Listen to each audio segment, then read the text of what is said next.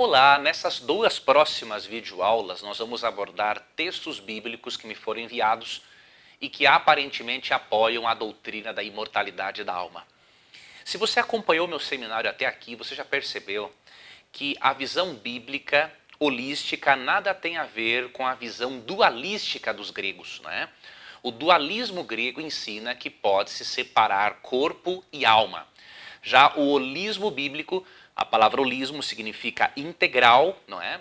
O holismo bíblico ensina que a natureza humana é um todo inseparável, ensina a integralidade da natureza humana. E quando você e eu entendemos que o corpo não é a prisão da alma, mas o templo do Espírito Santo, e que o corpo não será separado da alma, mas que Cristo vai restaurar o ser humano por completo, transformando o corpo, libertando o corpo da morte e da degeneração do pecado, você e eu entendemos deste modo o conceito bíblico sobre morte, entendemos a antropologia bíblica e, consequentemente, vamos valorizar ainda mais a saúde física, nos preparando melhor para a volta de Cristo. Vamos então abordar aqui alguns textos bíblicos que são indevidamente interpretados para apoiar a doutrina da imortalidade da alma. O primeiro texto que me foi enviado, Gênesis 35:18, que na versão Almeida diz o seguinte: ao sair-lhe a alma, porque morreu, deu-lhe o nome de Benoni, mas seu pai lhe chamou Benjamim. Aqui está falando da morte de Raquel. Quando Raquel morreu, nasceu, ali naquele momento, ela teve uma gravidez, um parto muito difícil. Quando ela dá à luz ao seu filho, ela morre. E no texto diz ao sair-lhe a alma. O detalhe é que quando você lê o termo alma, tendo a sua mente impregnada pelo conceito grego de alma, você vai pensar que uma entidade consciente e imaterial saiu do corpo de Raquel. Mas eu convido a você a desassociar a sua mente da filosofia grega. Eu convido você a ler o texto bíblico da perspectiva judaica cristã. Tudo bem? Lendo o texto dessa perspectiva e recordando que a palavra alma tem um significado amplo nas Escrituras, você e eu vamos perceber que em Gênesis 35:18 não está sendo ensinada a existência de uma alma imaterial e consciente que sobrevive fora do corpo. Para lhe ajudar a perceber isso claramente, eu vou apresentar 3 traduções para você. 3 traduções bíblicas para que você possa perceber como que esse texto é traduzido. A primeira tradução que eu vou apresentar para você é a tradução ecumênica da Bíblia. Veja como que os tradutores da tradução ecumênica da Bíblia, a TEB, traduziram Gênesis 35:18. No seu último suspiro, veja, ao invés de sair-lhe a alma, aqui foi traduzido por suspiro. No seu último suspiro, no momento de morrer, ela o chamou de Ben-Oni, filho do luto. Mas seu pai o chamou de Benjamim, filho da direita. Então perceba, ao invés de traduzir o texto como alma, não é errado colocar o termo alma aqui em Gênesis 35:18. O problema é que, como estamos associando o termo alma na nossa mente com a filosofia grega, então alguns tradutores optaram por traduzir por suspiro, e é esse o significado. Alma em Gênesis 35:18 é suspiro, respiração ou até mesmo vida. A NVI em Gênesis 35:18 traduz também por vida, já ao ponto de sair-lhe a vida quando estava morrendo. E a nova versão transformadora, né, aqui em Gênesis 35:18, apresenta também uma tradução muito interessante para o termo. Diz assim: Raquel estava quase morrendo, mas com seu último suspiro chamou o menino de Benoni. Então, os melhores significados para a alma aqui no contexto de Gênesis 35:18 e em 1 Reis 17, 21 e 22, texto que eu já mencionei no seminário, a melhor tradução é vida ou respiração, ok? É por isso que o teólogo não adventista Hans Walter Wolff disse o seguinte: não devemos deixar de observar que a nefesh, alma, nunca recebe um sentido de um indestrutível núcleo de existência, em contraste com a vida física, e mesmo capaz de viver quando eliminada dessa vida. Quando ocorre uma menção ao termo sair, em Gênesis 35:18, da nefesh de um homem, ou de seu retorno em Lamentações 1:11, a ideia básica é a noção concreta de cessação e restauração da respiração. Então você perceba, há eruditos que apoiam essa tradução de Gênesis 35:18, como apresentada pela tradução ecumênica da Bíblia, Nova Versão Transformadora e Nova Versão Internacional. Outro texto que me foi enviado foi 1 Samuel 28. 1 Samuel 28, eu já comentei esse texto no meu canal no YouTube, mas eu quero fazer questão de continuar o estudo dele aqui com você agora. Um internauta alegou para mim que 1 Samuel 28 apresenta claramente a existência de espíritos e por isso indica que existem espíritos que saem do corpo. O que este internauta não considerou é o tipo de espírito que esteve presente ali em 1 Samuel 28. Foi espírito de Samuel quando estava morto ou foi o espírito de um anjo mau, um demônio que personificou o profeta Samuel? É óbvio que a segunda resposta é a correta. Quando você lê 1 Samuel 28, você vê claramente ali uma sessão espírita. O rei Saul, após a morte de Samuel, estava desesperado porque os filisteus estavam para combater contra ele. E Saul estava tão afastado de Deus que decidiu consultar a uma médium. E ao consultar esta médium, supostamente esta médium chama de volta o profeta Samuel. E supostamente Saul tem um diálogo com Samuel por meio da médium. E aí, inclusive, irmãos espíritas usam este capítulo de 1 Samuel 28 para alegar que a Bíblia apoia a consulta mediúnica. Porém, nós devemos nos lembrarmos de uma coisa, amigo internauta que me enviou esta pergunta. O tipo de espírito que apareceu para o rei Saul não foi o espírito de Samuel quando ele estava morto. Foi um espírito demoníaco.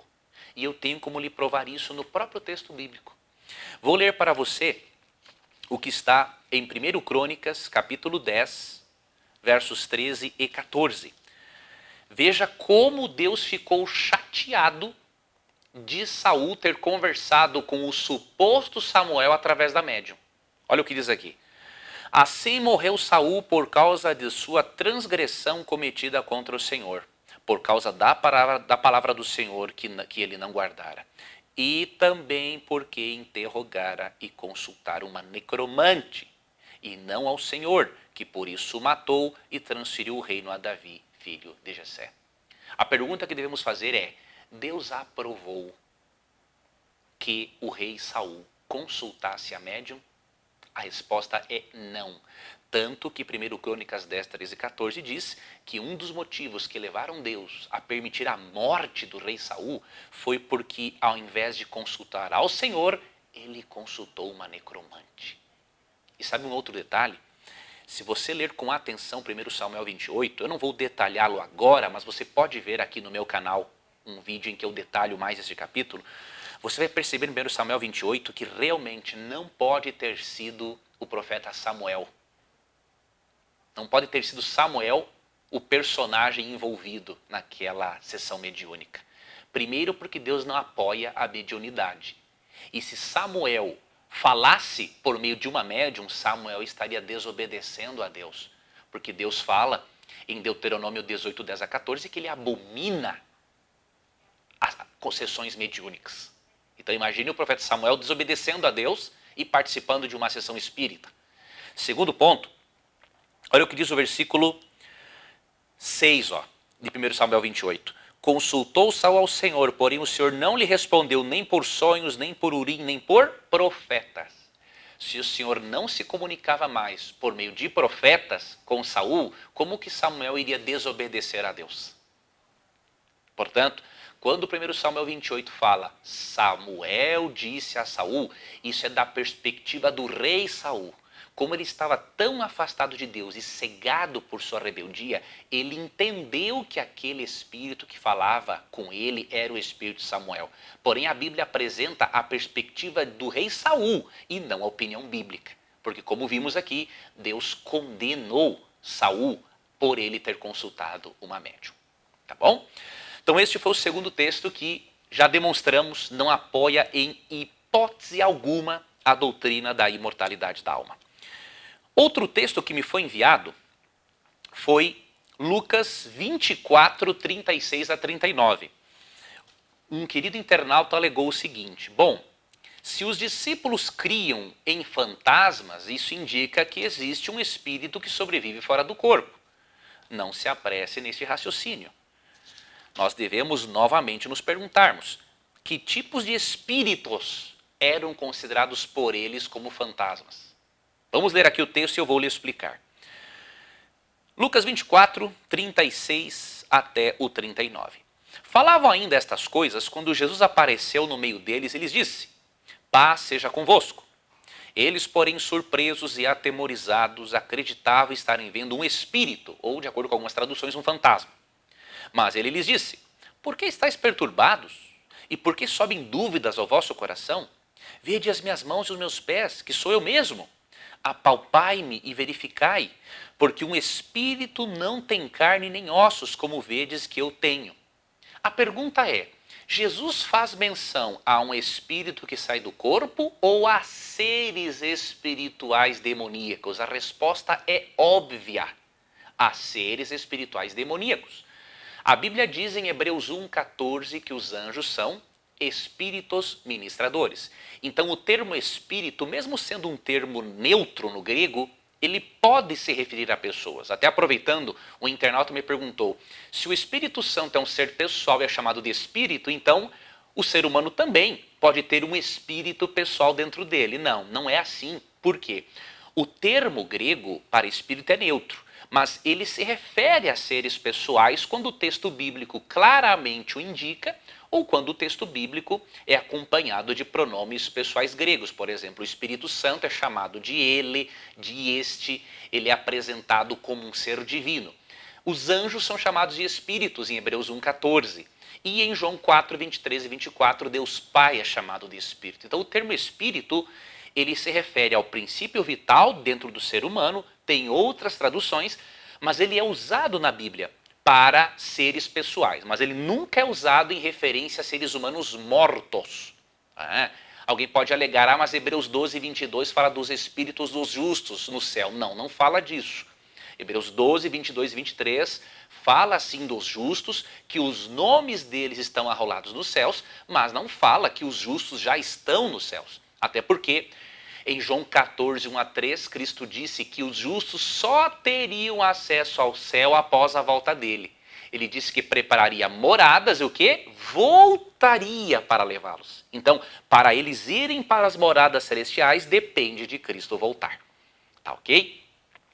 Então, continuando aqui, os discípulos acreditavam em espíritos, não espíritos humanos saindo do corpo, mas em seres angelicais demoníacos. Você lê, por exemplo, em Apocalipse 12, versos 7 a 9, que há dois poderes antagônicos: Cristo e seus anjos e Satanás e seus anjos. Então, quando os discípulos pensaram que Cristo era um espírito ou um fantasma, eles pensavam que era um espírito demoníaco. Eles não tinham esta crença grega de que um espírito imaterial sai fora do corpo humano. Tá bom? Então, outro texto bem mal interpretado é Lucas 24, 36 até o 39. Bom, nos estendemos um pouco no tempo. Eu recebi aqui um total de 14 textos bíblicos. Então, o que isso indica? Que eu vou ter que ter mais de 2 aulas para poder explicar para vocês esses textos, tá bom? Na próxima aula, vamos continuar explicando os textos bíblicos aparentemente a favor da doutrina da imortalidade da alma e vamos seguir essa sequência porque eu quero deixar você bem preparado, bem preparada para entender esse assunto e poder compartilhar com seus amigos este conteúdo. Você não pode guardar este conteúdo só para você. Aproveite, compartilhe esse vídeo com as pessoas. Compartilhe todo esse seminário com as pessoas para que nós possamos mostrar para elas o que a Bíblia realmente ensina acerca da natureza humana e das expressões corpo, alma e espírito. Aguardo a você na nossa próxima aula.